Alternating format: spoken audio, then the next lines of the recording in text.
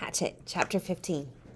The days had folded into one another and mixed so that after 2 or 3 weeks he only knew time had passed in days, because he made a mark for each day in the stone near the door to his shelter. Real time he measured in events. A day with nothing, not a thing to remember. It was just sun coming up, sun going down, and some light in the middle. But events were burned into his memory, and so he used them to remember time, to know and to remember what had happened, to keep a mental journal. There had been the day of first meet. That had been a day that had started like the rest. Up after the sun, clean the camp, make sure there is enough wood for another night.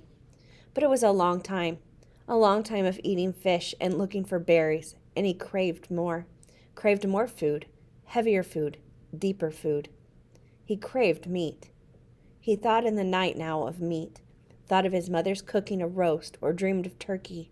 And one night he wakened before he had put wood on the fire, with his mouth making saliva and the taste of pork chops in his mouth.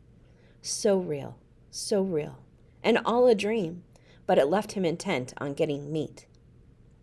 He had been working farther and farther out for wood, sometimes now going nearly a quarter of a mile away from camp for wood, and he saw many small animals. Squirrels were everywhere, small red ones that chattered at him and seemed to swear and jump from limb to limb. There were also many rabbits, large gray ones with a mix of reddish fur, smaller fast gray ones that he saw only at dawn. The larger ones sometimes sat until he was quite close, and then bounded and jerked 2 or 3 steps before freezing again. He thought if he worked at it and practiced, he might hit one of the larger rabbits with an arrow or a spear. Never the small ones or the squirrels. They were too small and fast. Then there were the fool birds. They exasperated him to the point where they were close to driving him insane. The birds were everywhere, 5 and 6 in a flock, and their camouflage was so perfect that it was possible for Brian to sit and rest leaning against a tree, with one of them standing right in front of him in a willow clump 2 feet away, hidden, only to explode into deafening flight just when Brian least expected him. He couldn't see them, couldn't figure out how to locate them before they flew, because they stood so perfectly still and blended in so perfectly well. And what made it worse was that they were so dumb, or they seemed to be so dumb, that it was almost insulting the way they kept hidden from him. Nor could he get used to the way they exploded up when they flew. It seemed like every time he went for wood, which was every morning, he spent the whole time jumping and jerking in fright as he walked. On one memorable morning, he had actually reached for a piece of wood, what he thought to be a pitchy stump at the base of a dead birch, his fingers close to touching it, only to have it blow up in his face. But on the day of first meet, he had decided the best thing to try would be a fool bird, and that morning he'd set out with his bow and spear to get one, to stay with it until he got one and ate some meat. Not to get wood, not to get berries, but to get a bird and eat some meat. At first the hunt had not gone well. He saw plenty of birds working up along the shore of the lake to the end, and then down the other side. But he only saw them after they flew. He had to find a way to see them first. See them and get close enough to either shoot them with the bow or use the spear, and he could not find a way to see them. When he had gone halfway around the lake and had jumped up 20 or so birds, he finally gave up and sat at the base of a tree. He had to work this out to see what he was doing wrong. There were birds there, and he had eyes. He just had to bring the 2 things together. Looking wrong, he thought. I am looking wrong. More than that I am being wrong somehow. I am doing it the wrong way. Fine, sarcasm came into his thoughts. I know that, thank you. I know I'm doing it wrong. But what is right? The morning sun had cooked him until it seemed his brain was frying sitting by the tree. But nothing came until he got up and started to walk again, and hadn't got 2 steps when a bird got up. It had been there all the time, while he was thinking about how to see them, right next to him, right there. He almost screamed. But this time, when the bird flew, something caught his eye, and it was the secret key.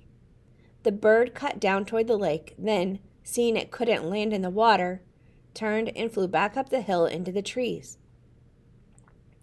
When it turned, curving through the trees, the sun had caught it, and Brian for an instant saw it as a shape, sharp-pointed in the front, back from the head in a streamlined bullet shape to the fat body. Kind of like a pear, he had thought, with a point at one end and a fat little body. A flying pear. And that had been the secret. He had been looking for feathers, for the color of the bird, for a bird sitting there.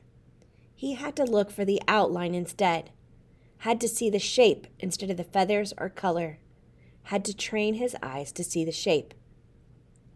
It was like turning on a television. Suddenly, he could see things he never saw before. In just moments, it seemed, he saw 3 birds before they flew, saw them sitting, and got close to one of them, moving slowly, got close enough to try a shot with his bow. He missed that time, and missed many more, but he saw them. He saw the little fat shapes with the pointed heads sitting in the brush all over the place.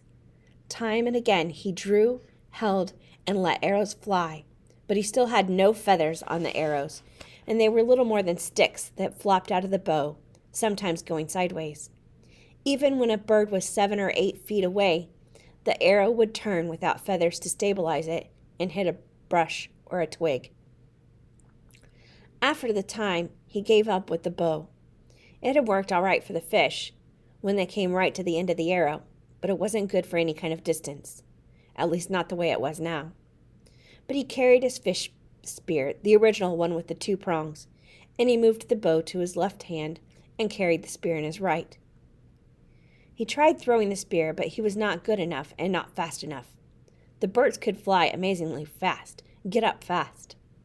But in the end, he found that if he saw the bird sitting and moved sideways towards it, not directly toward it, but at an angle, back and forth, he could get close enough to put the spear point out ahead, almost to the bird, and thrust lunge with it.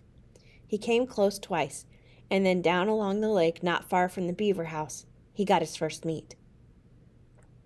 The bird had sat, and he had lunged, and the 2 points took the bird back down into the ground and killed it almost instantly. It had fluttered a bit, and Brian had grabbed it and held it in both hands until he was sure it was dead. Then he picked up the spear and the bow and trotted back around the lake to his shelter, where the fire had burned down to glowing coals. He sat there looking at the bird, wondering what to do. With the fish, he had just cooked them whole, left everything in, and picked the meat off. This was different. He would have to clean it. It had always been so simple at home. He would go to the store and get a chicken, and it was all cleaned and neat and no feathers or insides, and his mother would bake it in the oven and he would eat it. His mother from the old time, from the time before, would bake it. Now he had the bird, but he had never cleaned one, never taken the insides out or gotten rid of the feathers, and he didn't know where to start. But he wanted the meat, he had to have the meat, and that drove him. In the end, the feathers came off easily. He tried to pluck them out, but the skin was so fragile that it pulled off as well. So he just pulled the skin off the bird. Like peeling an orange, he thought, sort of. Except that when the skin was gone, the insides fell at the back end. He was immediately caught in a cloud of raw odor, a kind of steamy dung odor that came up from the greasy coils of insides that fell from the bird, and he nearly threw up. But there was something else to the smell as well, some kind of richness that went with his hunger and that overcame the sick smell. He quickly cut the neck with his hatchet and cut the feet off the same way, and in his hand he held something like a small chicken, with a dark, fat, thick breast and small legs. He set it up on some sticks on the shelter wall and took the feathers and insides down to the lake to his fish pond. The fish would eat them, or eat what they could, and the feeding action would bring on more fish. On second thought, he took out the wing and the tail feathers, which were stiff and long and pretty, banded and speckled in browns and grays and light reds. There might be some use for them, he thought. Maybe work them onto the arrows somehow. The rest he threw in the water, and he saw the small round fish begin tearing at it, and he washed his hand. Back at the shelter, the flies were on the meat, and he brushed them off. It was amazing how fast they came. But when he built up the fire and the smoke increased, the flies almost magically disappeared. He pushed a pointed stick through the bird and held it over the fire. The fire was too hot. The flames hit the fat, and the bird almost ignited. He held it higher, but the heat was worse, and finally he moved it to the side a bit, and there it seemed to cook properly, except that it only cooked on one side, and all the juice dripped off. He had to rotate it slowly, and that was hard to do with his hands, so he found a forked stick and stuck it into the sand and put his cooking stick on it. He turned it, and in this way he found a proper method to cook the bird. In minutes the outside was cooked, and the odor that came up almost was the same odor when his mother baked chickens in the oven, and he didn't think he could stand it. But when he tried to pull a piece of the breast meat off, the meat was still raw inside. Patience, he thought. So much of this was patience. Waiting and thinking and doing things right. So much of all of this, so much of all living was patience and thinking. He settled back, turning the bird slowly, letting the juices go back into the meat, letting it cook and smell and cook, and there came a time when it didn't matter if the meat was done or not. It was black on the outside and hard and hot, and he would eat it. He tore a piece from the breast, a sliver of meat, and put it in his mouth and chewed carefully. Chewed slowly and carefully as he could get all the taste, and he thought, never in all the food, all the hamburgers and malts, all the fries or meals at home, never in all the candy or pies or cakes, never in all the roasts or steaks or pizzas, never in all the submarine sandwiches, never had he ever tasted anything as fine as that first bite. First meat.